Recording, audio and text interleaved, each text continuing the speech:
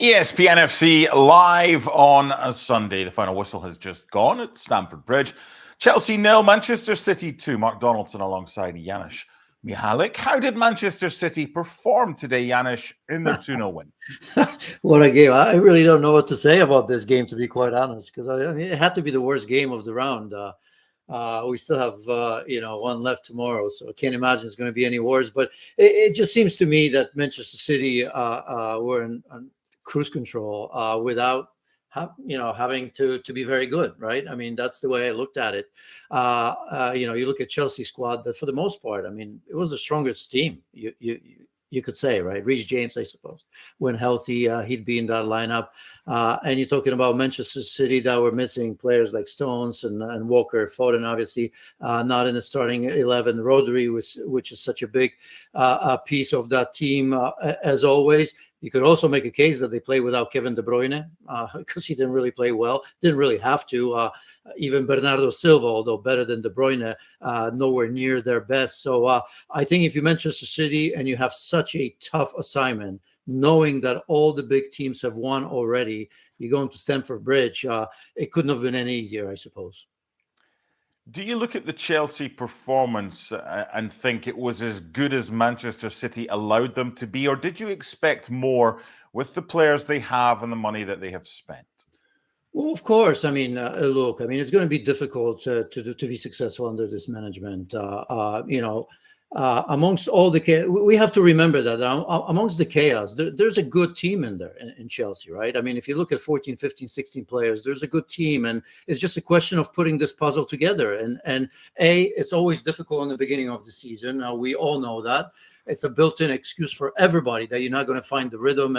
And as I've said, if you look at Chelsea, or at least with Manchester City, I mean, they weren't high pressing today because they're probably physically not ready to do that just yet. Not with this squad. You have to work yourself in the middle during the season in the first 2 or 3 games. I mean, I was surprised by that, right? They dropped off. They let Chelsea have the ball and say, "What have you got?" And it turned out that they didn't have much. There were moments for Chelsea. Obviously, Nicholas Jackson, that offside goal, as the commentary said, he needs to be smart in that. He can't be in an offside position looking across the line. He had that, massive chance from 5 yards out, straight at Ederson. I'm not saying it was absolutely easy because it was coming over his shoulder, Mark, but I mean, he's got to put that away. So there were a few moments, but just still lacking energy, lacking an idea, lacking an identity, which has to be so hard for Maresca, right? I mean, I think he'd want to have 24, 25 players where he can put in his ideas and concentrate on tactics and on little details. And he has to deal with such a big squad. When I honestly, I'm telling you, when Renato Vega came in, I had to look him up. And, you'd think that we have to know everything. But with the amount of players, I've missed it that he was there. Obviously, he's not a big name. Portuguese youth international, it turns out under 21 that came from Basel. I had zero idea. When I was looking at him, on the sideline, I'm saying, really, who is that? With no disrespect, by the way, I just mean it. I've lost track of all the players. And I mean, this was Chelsea with zero energy, massive game against Manchester City. We remember the game last season, 4-4. Mark, I mean, you watched that game. The game in Columbus was much better, wasn't it? At least it had goals. City were as good as they needed to be, and they were very comfortable. It reminded me of kind of the big brother or the big sister, just keeping the little brother or the little sister at arm's length. They always kind of had control. That's going to be one of City's tougher games this season. It's going to be a tough game for anybody that goes to Stamford Bridge. What does it say about Manchester City, the way that they were able to handle that game so comfortably? Well, again, I mean, they're favorites. If you put aside the fact, the unknown with the 115 charges and some decision is going to come, they're the favorites to win it. Not based on this game, although this game tells you a lot that City, with this team, with this starting 11 at this stage of the season where they're still recovering players, already got a very, very important 3 points, right? I mean, this was the biggest of them all. If you look at Arsenal, Liverpool, I think all those games were winnable. And one question mark, the toughest opponent was for Manchester City, and that was Chelsea away from home. So I look at that. Everybody's asking, and how do they find motivation? I think, there's a culture of winning, which is important. If you look at Pep Guardiola, he treats every game like it's a final. Even when you look at him on the sideline, I think he demands that. Anybody that comes short of that will not have a place in this team. So I don't buy this motivation. I saw that second goal and the reaction of the players afterwards. Not that I expected them to be sad, Mark, but I mean, you can tell it. These players want to win it. They'll manage through the season as they always do. And comes the important part of the season when trophies are on the line. I don't care how many trophies you've won. You always want to be the best. You always want to win it. So, kudos to Manchester City. Not being great, didn't have to be great. And, when it comes to Chelsea, again, if you Maresca, I mean, it's like throwing every manager under the bus, right? So here's deal with it somehow. I just don't understand it. Although I do think that there's enough good players for Chelsea to have a more successful season than they did last year. Suppose, I mean, even Raheem Sterling complaining he didn't get a game, that's like a bingo number, complaining that it wasn't picked all the time. That's an argument for another day, and Raheem Sterling obviously wasn't happy. You were speaking about Renato Vega getting a spot on the bench who was eventually used. But this is just getting into the minutiae. What I want to talk about before we get into specific individuals in each side are the two goals. Okay, the first one started off 18th minute. Doku played the ball inside. Him and Savinho kind of swapping sides in the opening 25 minutes. So Doku plays it inside. Bernardo gets the flick. It's Fofana who's playing Bernardo onside. And Haaland does well. Good strength, gets the finish. What would please Pep Guardiola about that goal? And what would frustrate Enzo Maresca about the concession of that goal? Well, for Pep Guardiola, as you've said it, I mean, it happened just maybe a minute before that where Doku switched sides with Savio.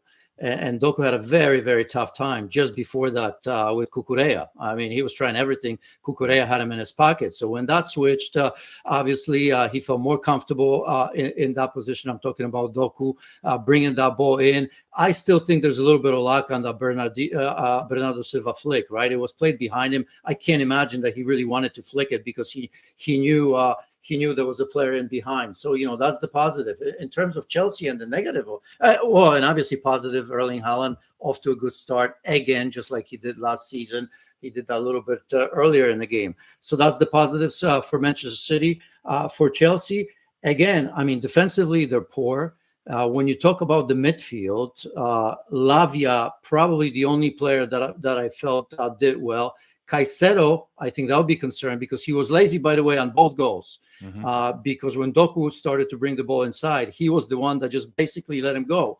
And he did that with Kovacic, if you remember, in the end. Initially, it was Caicedo. So that's an issue because we've talked about the protection or lack of protection by Chelsea midfield last season. And that's why they conceded so many goals, especially in transition. And here we are again. Enzo, indifferent, nothing special from him. As I've said, Lavia probably the best of the three, but that would be a massive concern.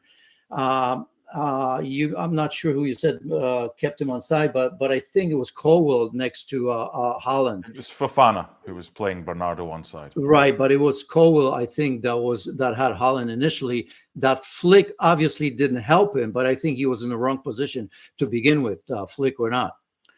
6 minutes before the end, and it was 2. And you've just spoken about Chelsea's defensive deficiencies. What a mess this was. Robert Sanchez playing it out, and it wasn't great by Fofana. It's a clearance towards halfway, but Kovacic is still 50 yards from goal, and he's able to run, 25 of that unchallenged. And then the goalkeeper, I mean, he's got like wet tissue paper for wrists there, Robert Sanchez. Great finish by Kovacic after a run, but come on, Chelsea, you've got to be better than that. But that's what I just mentioned. With Caicedo, I mean, he's got a foul there. Enzo was a little bit late, but still had an opportunity to play. I mean, that was an issue with.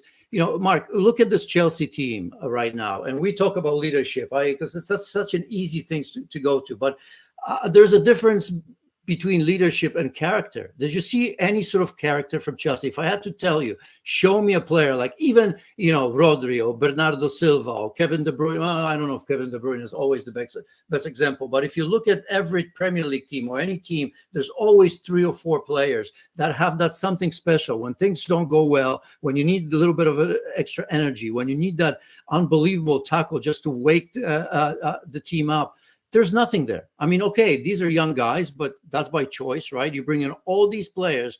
And right now, if I look at it, of course, I don't know these guys personally. I don't know how they are on the pitch or in the training ground. But I tell you what, watching them tells you a lot. You tell me one player with a character, right? Even Cole Palmer. I mean, you saw those pictures on the boat, right?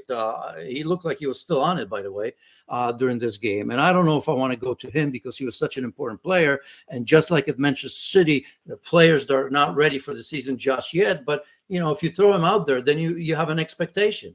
But that's an issue for Chelsea. Defensively, as a team, the character of the team, that midfield for me is still lazy. When you add players, and I'll say it, like Cole Palmer and Nkunku, I mean, they don't give you much defensively anyway. Now, if Cole Palmer continues to score like he did last season and contribute, you can close your eyes on that, right? And Nkunku looked physically well, but didn't really do anything in the game apart from, maybe 2 or 3 decent actions, and he was taken off early. So that's an issue for me.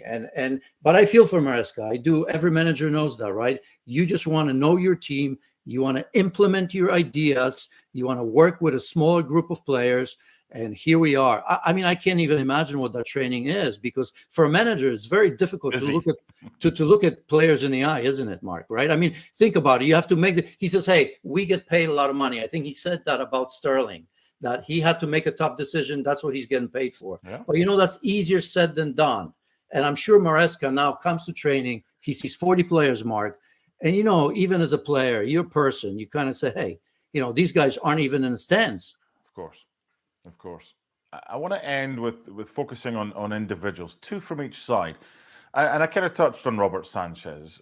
How on earth is he deemed Chelsea's number 1 right now, when he was a guy who was deemed surplus to requirements at Brighton, obviously got hurt, didn't end last season as the number 1. They've spent 20-odd million on Philip Jurgensen, who was on the bench. Knowing what you know, having seen Robert Sanchez as often as you have, is it a matter of time before he's usurped as Chelsea's number 1 by Jurgensen? I don't think it was terrible today, right? No, I mean, but come on, you spend all that money and you bring goalkeepers in, and you're still playing guys that Brighton thought wasn't good enough to play for them. Come on now. Right. Well, they've got 8 of them, right? So I don't know. I mean, if that's not good enough, they certainly have enough goalkeepers to go to, I suppose. But I don't know if he's the first player that I go to today. Now, granted, there's 2 players on each side I want to talk about, and he's one of them. Does he deserve to be Chelsea's number 1? Well, Jorgensen is there, right? So we'll see. At the moment, I think he does, because he's been there for a while. He was injured, right? And I think at this moment, the jury's out. But again, I'm not the one that's going to go to Robert Sanchez at this moment. For me, he has to play himself out. Okay. The other player from Chelsea before we got into Manchester City, Nico Jackson. Now, you and I both saw him at Villarreal. He was more of a forward coming in from the left-hand side. They've kind of tried to make him into a striker at Chelsea. They signed Mark Guehi, probably on the back of scoring on his debut in a game I commentated on against Athletic Bilbao. Good player, but come on, if that's the best that they can do as a replacement for Nico Jackson, it just seems they've got so much money and they're just spending it on the wrong players. What about Nico Jackson? What's your thoughts on him as the man who's supposedly tasked with leading the line? Because he did all right as far as goals are concerned last season, but today he wasn't great. Yeah, but at the very least, you can say he was dangerous, right? We've mentioned already that situation where I think it was Cole Palmer that had the shot and Ederson spilt it, right? And he was in an offside position. He's got to know better because he's looking across the line, and he had a couple of chances, and mainly, the other big one was, from 5 yards out at Ederson. Although, as I said, it wasn't an absolute sitter. He continues to be dangerous, so I'll give him that. We've seen him. He's in Spain, he can play on the left-hand side. I still think he feels most comfortable when he's on that left-hand side. So they're trying to make him into number 9. We see other teams do that. Havertz was one of them. That was at Chelsea, now at Arsenal. He's getting better. So I'm willing to give Nico Jackson the benefit of the doubt. They're probably still looking. That's why the name of Osimhen is still in the rumor mill, I suppose. So that may be your answer. But I think there will be a place for Nico Jackson. So again, as I've said yesterday, and as harsh as we've been on Chelsea for the right reasons, I think this is the first game. So let's give him some time. Yeah, and I think they'll be all right this season. I think when he gets his feet under the desk, Enzo Maresca, and realizes this is his best team, and if he can keep everybody fit, I think they'll be fine. I think they'll be challenging for European spots. Now, Manchester City, we didn't see him for 90 minutes. He got hurt and replaced at halftime. We saw a lot of him for Girona last season, part of the stable of Manchester City's kind of group of teams. What did you make of Savio, as he was known last year in La Liga, and now they're calling him Savinho, the Brazilian winger? No, very, very good. He stood out, right? Even in the short period of time that he was there. I hope it's not much. It happened just before halftime, didn't it? And he had to come off. But he's playing actually on the side that he likes, right? Because for Girona, he mostly played on the left-hand side. He did, yeah. Left-hand side, and that's where he started today. And as we've mentioned, that switch was telling. They were switching all the time. Pep Guardiola made that switch. I'm assuming that's what he told him. And right away, it was Doku who felt more comfortable there on the left-hand side. So it's a player that's obviously got a little bit of pace, loves taking players on. And this is a typical Pep Guardiola type of player where you have to engage your fullback almost every time you get the ball. You don't shy away from it. And not only that, but that you know what to do with the ball. So that end product in today's game was maybe lacking a little bit.